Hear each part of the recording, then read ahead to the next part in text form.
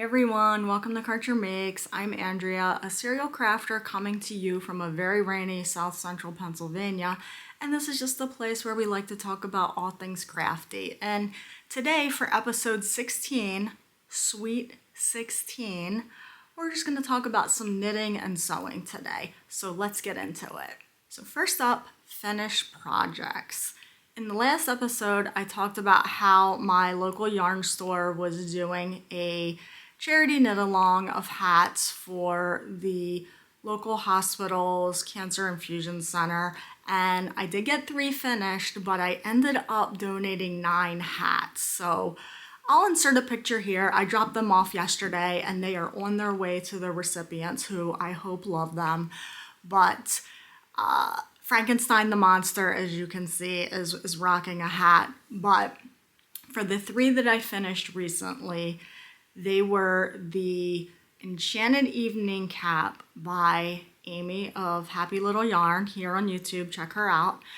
And I did 2 out of DK weight yarn, and then I also did 1 out of bulky weight yarn. And I just want to kind of chat through the modification that I made for the bulky weight one in case you're interested. Now, this is a free pattern, so I'm not really giving away any trade secrets here, but for the DK weight hats, I just followed the pattern exactly, and the gauge, perfect. Amy and I must have like the same knitting style or something, because her gauge was spot on with mine. So for the DK, I used size US 8 needles, and then for the bulky weight, I used a size US 11. Now, I did take the stitch count down for the bulky weight one just because it's a thicker yarn, right? So I didn't want to do the full stitch count. I knocked it down to 64. Quite honestly, I probably could have gone a smidge smaller, maybe down to like 56, just to kind of keep it in round numbers of divisible by 8 with the crown decreases. So I love how these turned out. That's such a great pattern. It's free. That should be a paid pattern, honestly, but it's a free pattern. I really like the folded brims of the hats. And then, you know, it just works up so fast. I did 3 hats in less than 2 weeks, which for me, I'm a slow knitter, and that's amazing progress. Like, I'm not that fast. So really good pattern. And then all the other hats are just random hats that I had. Mostly they were samples from when I was a yarn dyer and I would do trunk shows. I like to have samples that people could see the colors knitted up. So that's pretty much what the rest of the hats are. So like I said, they're on their way to the recipients. I hope they love them, and I just really enjoyed making them. And I'm probably going to make another Enchanted Evening Cap for myself, because I really do love how those turned out. So now we'll move on to works in progress, and I have an update on the End Times cardigan for y'all. If you've been watching me for any period of time, you know this cardigan has been a labor of love, and I've been working on it since probably January, I think, is when I started this. I'll have to look it up, but it's the End Times cardigan by Amy on Gunderson. I'm using size US 2 needles, which in hindsight, maybe I would have made a different decision there, but I love how this is turning out. So here is the progress on it. So I've finished the back. I've finished what is going to become the shoulders, and then all I have left to do is the 2 fronts, which equals, I think it's 60 squares, 30 on each side. So I am in the home stretch, and I cannot wait. I want to wear this so bad. I need to finish this. So as I've mentioned in prior episodes, but just in case you don't remember or recall, this size cardigan that I'm making the size large, takes 276 squares, and each square is 2 colors, and I'm trying not to repeat any colors. So the fact that I'm down to the just final sections, I just want this to be done. I can't wait. The next work in progress that I have are my socks from the Design Your Own Pattern video that I published earlier this week, last Sunday. And here they are. And if you watch that video, you will notice there's zero progress on this since I filmed. I just have been working on these other projects. So mostly the hats, I wanted to get those done. But here's the progress on that. And it's just kind of creating these pearl and stockinette triangles that almost make this like window pane effect, which I think is really fun. And and the back is just plain stockinette. I love this yarn so much. It is Rising Tide Fiber Company. It's Raven's Flock. It's a bare yarn with very subtle black and purple speckles. And then sometimes with her sock sets, she gives you 2 minis, and this one came with 2. And the lighting is a little weird in here today with like all the clouds and rain happening. This is a very royal purple. On my screen here, it looks slightly blue, but I promise it is like a very royal Raven's purple, and it is perfection. Now, the other thing with these is I need to get these done so that I can pull out some yarn to go into my At Times cardigan. So that needs to happen. But if you missed the How to Design Your Own Pattern video, I will link it below. And all we do is we walk through the process of how to use a stitch dictionary and then take that pattern and convert it into a sock design, which I had a great time making that video. It was so much fun. I loved learning the process, and hopefully you can find that helpful too. So if you want to make your own sock, go check that out. So next week, next Thursday, Stephen West is dropping Clue 1 of the Go Dynamo Mystery Knit Along for 2024. I cannot wait. I actually considered taking the day off of work for it. I didn't, and I will probably regret that. So I have my yarn already. I haven't skimmed it up yet, but just in case you don't recall from the prior video, these are my colors. I have 2 of each, obviously, and it's Frogget Yarns. This one is called Winter White, and this one is called Fern, and I just thought these were so pretty and perfect for fall, and then even perfect for Christmas, because you know green is a good Christmas color. So I can't wait to get that started. Now, what about last year's? Did you finish it yet? No, I haven't. I'm still on the second side of Clue 3, and of course it's all tangled up here as usual. But here's last year's. The Geogradient started with that concentric square, worked its way out on both sides with these eyelet sections, and then this sort of chevron-y wave pattern. Now, I'm gonna show this to y'all. Pause. Leave a comment below. Do you see what I did wrong here? Do you see it? Take a second. Leave a comment below if you see what I did wrong here. So, I'll just tell you. I don't think anybody's gonna notice. Obviously there's 4 colors, right? And the colors repeat in a given order, and in my order it's light gray, dark gray, purple, black. I didn't include the purple on this repeat. I noticed it when I picked this up to work on it earlier. There is no way I am ripping back. It's not happening. It will be a mistake. And if anybody's standing close enough to me to notice that I missed a purple stripe, you're standing too close to me. Please back up. So I would really love to be able to get this done before next Thursday. Now, I do have, I think 7 repeats left to go. The good news is that we're decreasing every other row, so it's less and less and less stitches, so it, in theory, should be working faster and faster as I go to the end. But that is where I'm at. Hopefully, the next video that I do, I will be talking about this as a finished object. Now, that may or may not include clue 4. Probably not, so don't expect it, but this will hopefully be done. So I want to talk for a second about this year's Go Dynamo Mystery Knit Along by Mr. West. So I'm really hoping, he did give a clue in his prep video. There, if you bought a kit, it had a shawl pin in it, and he was like, oh, maybe this is a clue for the shape of the shawl, and it was like a crescent shape. Please, Steven, we would love a crescent shaped shawl. This stuff where we gotta do things twice, and this was 2 times in a row, the twists and turns, which I don't have close to me. The twists and turns also did the same thing where you had to do like one wing and then, oh yeah, go repeat it over here on the other side. I don't want to do that. So if it's a crescent shape, I will love you forever. Let's be honest, I'm going to love you forever anyway.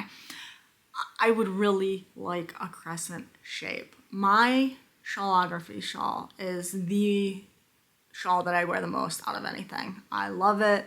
I love my colors.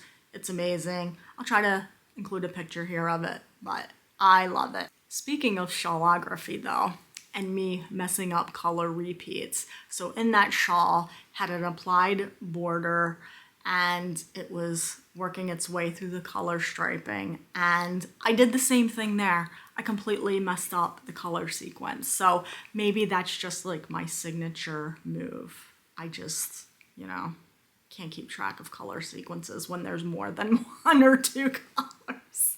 Okay, so if you are just here to listen about knitting, that's all the knitting that I have for this week. But if you're interested in hearing a little more about sewing, let's talk about that. One of my coworkers, his wife is having a baby soon, and when I started working with him, she either just had the baby or was getting ready to have it. So I didn't know them well enough at that point to feel like I should be making something handmade for them. So I just sent flowers. But this time, now that I've known him for a couple years, I wanted to make the baby something. So I have been working on a quilt.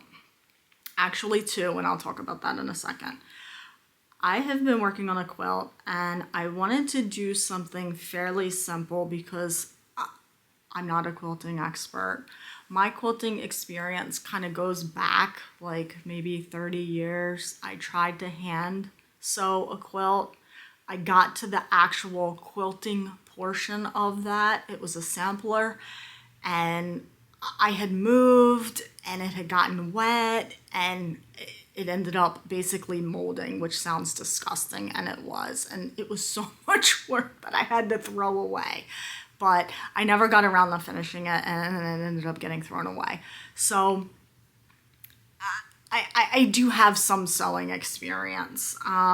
But in terms of quilts, I've never made an actual, well, I'll call it full size, and I'm considering a baby quilt a full-size quilt in this situation, but I've never made a full-size quilt start to finish, so that's about to change. So I started making these half square triangles, and again, the N times cardigan that I just showed, it's all half square triangles, so it must be the year of the triangle for me. But I started making all these half square triangles. Here's a stack of like blue ones, and then I have a stack of green ones. And I'm not sure how these are gonna lay out yet. Maybe it'll be like a chevron, maybe it'll be a diamond. The thing with half square triangles is that like you can do so many different designs with these just in how you lay them out. Even if I didn't have kind of 2 colors going here, the blue and the green, just in how you lay them out, you can make like infinite number of pattern and designs. Stars, what they call flying geese. I don't know what that is, but you can just do all kinds of designs. So I finally finished getting these together, and what I used, and I'll just grab 2 here, 2 randos. what I used for these, each color was a 5-inch square out of a charm pack, and a charm pack is like pre-cut fabric into 5-inch squares. And these blue ones were from Wilmington Prints. Most of these green ones were from Moda, and no, these were also Wilmington Prints. The cream color, which is like a brushed, kind of grungy looking material, that was Moda. But basically, all I did was put one square up against another, sewed down the middle, 2 lines down the middle, and then I ended up having to press them open since the seam's open, since I don't know what my layout is. If I knew what my layout was going to be, I could have pressed them to one side so that the seams nest, but I don't know yet, so I just did them open. And then I trimmed them down to be 4.5 inches to make sure that all my little points are perfect. And they're not perfect, but they're pretty darn close. They're close enough for me. So this is going to be a quilt for the new baby that's coming. Now, they have an existing kid who's like going to be 2 years old. And I was like, well, like, would it be weird to send something for the baby but not something for the other toddler? So I made them a quilt too. It's not completely done yet, and I don't have it here to show you. But on the next episode, I'll show maybe both of these. I should have at least this top piece by the next episode, so maybe I'll show both. But the other one is kind of very similar. I made half square triangles, and I actually used the book for it. And when I show that off, I'll explain the book and show the book and all of that. But the funny part is it was from a book called like Complete a Quilt in a Day. I don't know who these people are. They're not me. I can't complete a quilt in a day. I'm not that fast. So I'll be showing that some more in the future. Subscribe if you're interested in seeing more on the sewing front. So that's really all I have for you today. I know some people talk about life stuff in their podcasts, and quite frankly, my life is not that interesting. Like, I don't have kids to talk about. I have 2 dogs. They're fine. I'm surprised they're not barking their heads off. We're expecting a FedEx package today, so I'm sure they'll start any minute. But, like, I just work and then I craft. And you see the crafts here. I am reading an interesting book right now, though, and it's not a newer book. I feel like it's fairly old. Just my Libby finally got it. So it's called, I'm going to just try to show it here. It's called A Stash of One's Own, and it is by Clara Parks. And I think this is the last book of hers. I've read all of the other books. I think this is the last one that I haven't gotten to yet. But basically, this is a bunch of kind of essays, short stories from various people just about stash and talking about stash and their feelings about stash and kind of the stigma. Can I say stigma of stash? Right here. Here's mine. This isn't all of it. Oh my gosh. I wish that was all of it. So I found that very interesting, and I'm only probably a quarter of the way through the book right now, and I've already read stories from Elizabeth Zimmerman's daughter, Stephanie Pearl McPhee, Amy Herzog. So it's been really enjoyable. I've liked it, and you know, if you're interested in reading other knitters, designers' thoughts on maintaining a stash or not maintaining a stash for that matter, go take a look. Like I said, it's on Libby. I got it for free. I don't really buy books because they're heavy when they move. I moved 4 times in 1 year once, and I do not recommend that for a giant book stash. I had to purge a lot. So I'm mostly a Kindle reader right now. So in addition to reading, I do like cooking. I really enjoy cooking. And it wasn't always like that when I was kind of growing up. We weren't a big kind of cooking family. Like my mother would cook on holidays and then my father would feed us. And I say that very purposely. He would make sure we ate. It wasn't like, you know, a formalized meal or anything.